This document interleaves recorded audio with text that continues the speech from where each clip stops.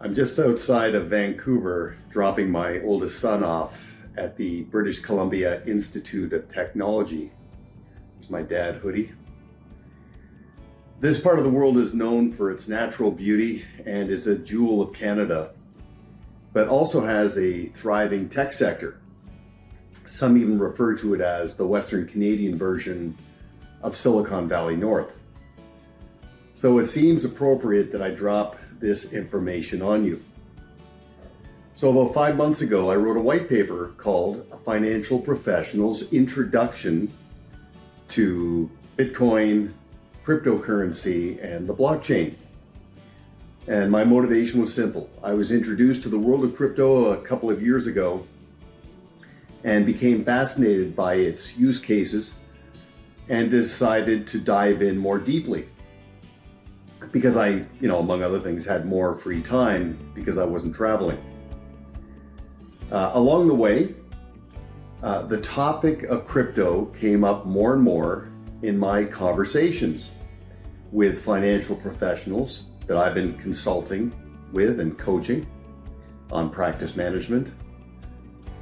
Specifically, they were telling me that they were being asked by a growing segment of their clients if the crypto space was for real.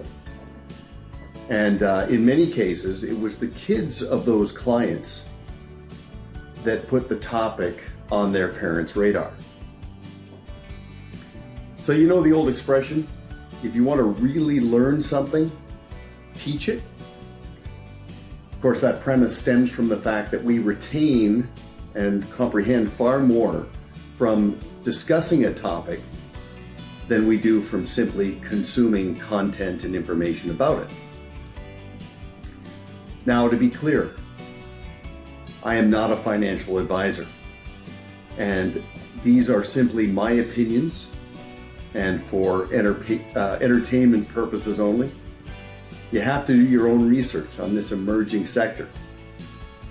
And I'm certainly not suggesting that you need to hold a position in cryptocurrency, but I am suggesting that at a minimum, you have a position on crypto and the blockchain, because it would appear that it is here to stay.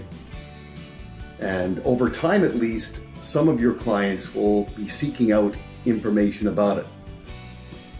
Especially because now some very smart money in the blue chip sector has indicated various levels of participation in this space.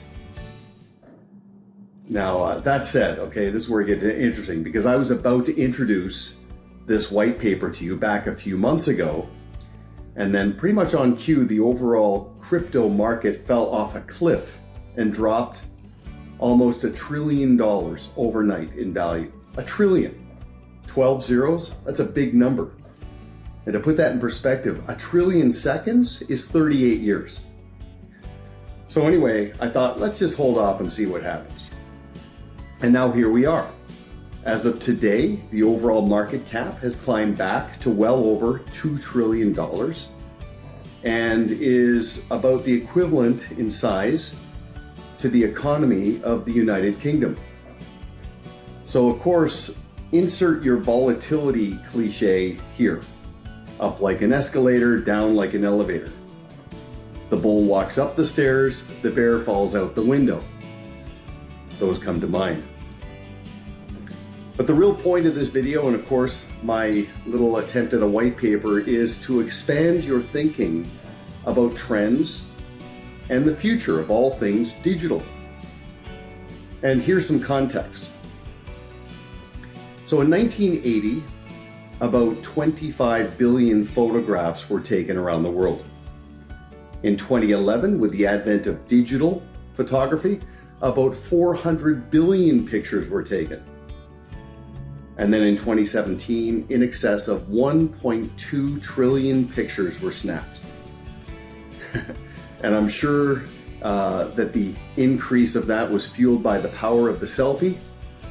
But again, 1 trillion is a big number.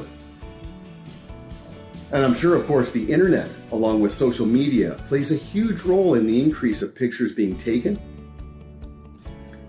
What's interesting is that in the mid-90s, it was called the Information Superhighway. Then it was called the World Wide Web. And now 20 odd years later, the internet is an integral part of our lives. Now, while I'm thinking about it, if you'd like a copy of my white paper to give you my amateur autodidactic view of this topic, let us know. And again, I'm not pretending to be an expert. These are simply my interpretations and opinions on this space. And full disclosure, I am participating myself. But anyway, as I got started, the first questions I wanted to address in my pursuit were, what is it? What does it do? What unmet need does it address, and what problems does it solve? I also went back to revisit what some futurists predicted in the past to see how it all lines up. Alvin Toffler's great book, Future Shock, written in 1970, so over 50 years ago. And he talked about the ability to keep learning and also having an ability to unlearn, to break that status quo mindset. That prompted me, among other things, to look at the bell curve of adoption of newly developed technologies.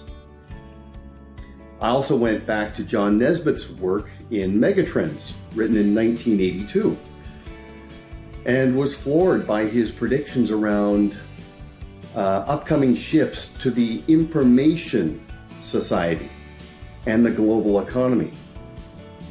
And that, of course, reminded me of Moore's Law when it comes to technology. Well, needless to say, I am hooked on the study of all things technology and have surrounded myself with people who are much smarter than I. Like you, I'm sure, I already considered myself pretty well versed in the areas of technology, mobility, and cybersecurity. It appears that the blockchain might be the next phase in that progression, and perhaps even a convergence of them all. Who knows? I guess we'll see what happens. Some call crypto and blockchain Internet 2.0, which in my view says that this is a burgeoning sector, notwithstanding incredible volatility and turbulence. I had to revisit my own risk tolerance mindset as I entered this space, just to temper my expectations. As a novice, it's important that we don't believe our own hype, as the candles appear to be more green than red. As the other cliche warns, even turkeys can fly in a strong wind. So with all that said, let us know if you'd like my white paper, A Financial Professional's Introduction to Bitcoin, Cryptocurrency, and the Blockchain. And along the way, feel free to send me anything that intrigues you about this space, because I'm consuming a lot of information. And lastly, I'm also planning to interview some subject matter authorities on a wide range of topics, including crypto, in a podcast format. So look forward to that. Anyway, this is Duncan MacPherson with Pareto Systems. Thanks for watching. And that is a little view out the window of our hotel right by BCIT. That's part of Burnaby, British Columbia. But anyway, see you soon. Bye for now.